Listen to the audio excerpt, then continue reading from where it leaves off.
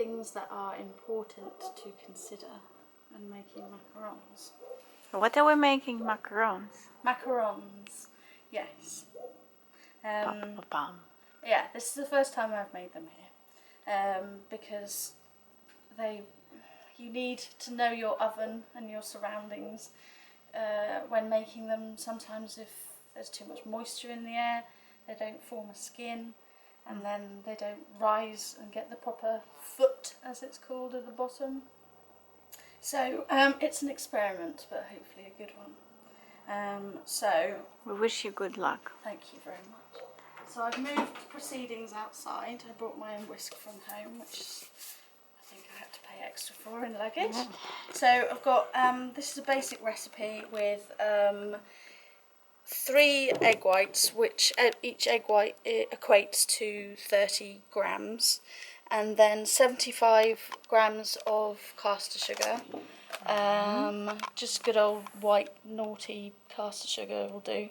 And then this is 125 grams of ground almonds, which I've ground myself here, so they've still got flecks of brown in them from the skins, and 175 of icing sugar, processed all together so that it's a fine dust. I've already sieved this once, but I will sieve it again when I put it in.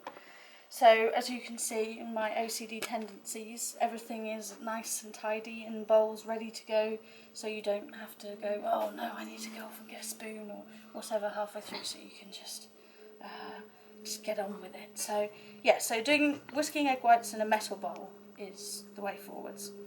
But okay, you're not afraid, right? What's that? You're not afraid? No, it's good. It's something to do, a metal bowl or a glass bowl, but preferably metal, clean. So yes, so let's go. Whisk them. So you start on a low setting so that you don't scare the bubbles out of the egg white, and then you go on to a higher one to build up the bubbles. And you will be beating it not quite as much as to the point where you do normal meringues, so it won't be stiff peaks, it will be semi-stiff peaks. I'll put in next. This is the rose water, lovely, very nice. It's got quite a strong smell to it, so you don't need to put too much in. And like I said, there will be some in the mascarpone filling, which I'm going to put in. I do smell it. Yeah. Okie dokie. Okay. I'm happy with that. Let us see, the consistency is like very creamy. Yeah. Okay. Right. Like I said, I've already sieved these once, but because I crushed them from whole, I'm going to sieve them again. Just to be careful. You want them to be very finely ground, otherwise you'll get lumpy bits and it might not rise properly. So it also gives oxygen. Yes, yeah, if you do it from up high. And then, so what you do is you add half of the mixture, and then and you stir the meringue mixture a lot more sternly than you think is right. You always sort of feel, the first time I did it, I didn't really stir that much, and it just had lumps in it. So after spending all that time getting all that air in, it seems a little bit wrong to just go at it willy-nilly, but to incorporate it all in is what we need to do, thusly, and then you can add the other half in.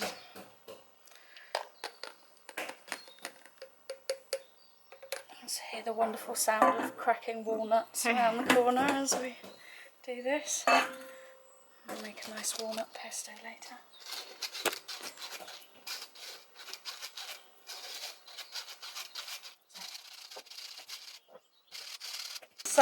So I have my bag ready here, piping bag, with this in. So again, I don't. Did you do it yourself?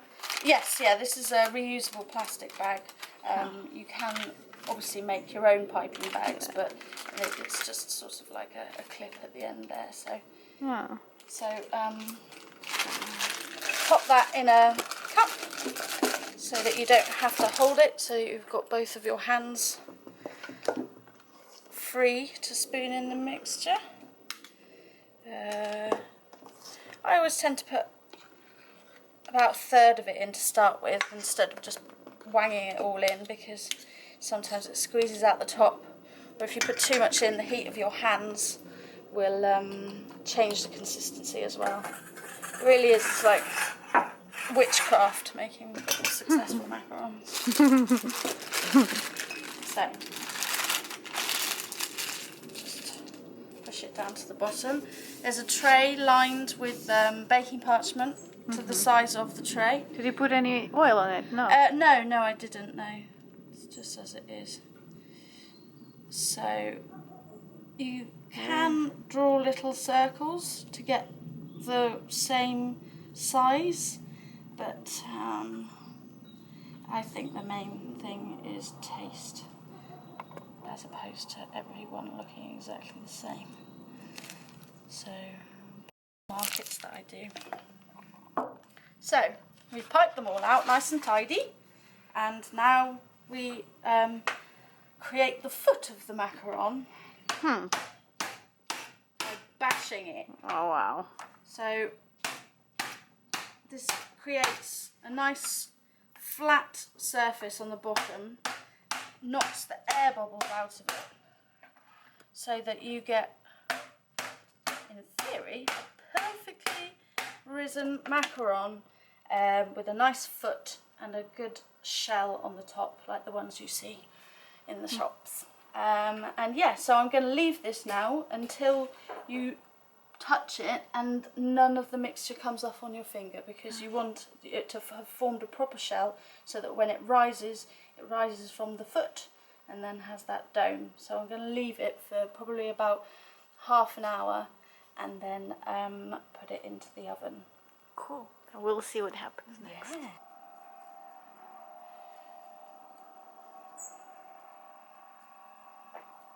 So I saved a couple of the ones that didn't work out so well, just so that you could see.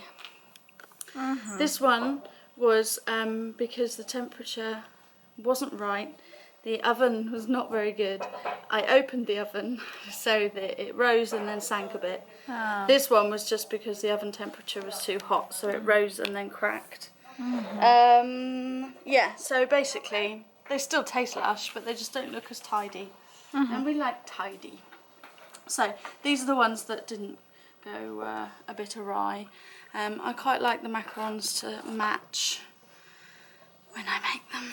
So how long did you keep them in the oven? Once I found the right oven for the job, they were on the top shelf for 13 minutes on 150 without fan.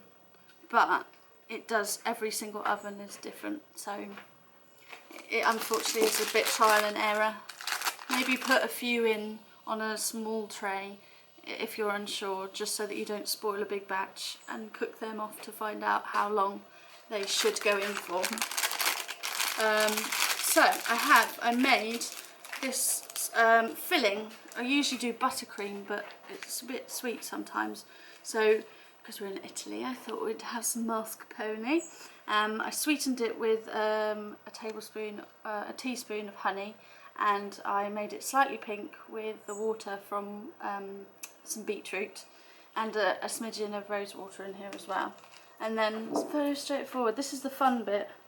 Once you've done all the sweating in the kitchen, and you add the tasty middle bit, and then gently press down, and that's a nice amount, because then you'll get the creaminess of the mascarpone inside, and then a good crunch from the rest of them. So yeah, sweet. And then we just can do all them. It's nice to have lots of different colours if you can, but because I wanted to use natural, beetroot was the first one that came to hand. And these are what the yogis will be eating. I have for a their question. pudding. Are you gonna give one for class, or he's not getting any? I can make you one out of the other ones. Oh, please do. I'll make you one out of the duds. The local I guru. like those better actually, the ones that are a little bit. Crispy, yeah? Here we go. Let's have an experience. And I'm going to sit down for a little bit. So good. Oh, there you go then. It must be good. He eats enough I wish sweets. you would wear the outfit for guru. Oh, well, there you go. Success. Hopefully the yogis will like them. Maybe not that much, but yeah. Yes, and Bravo. so, yes, that is Yeah? a beginner's guide on how to do macarons. There are lots of things that can go wrong, but lots more that can go right, and they're very tasty. Thank you. No worries. Thank you.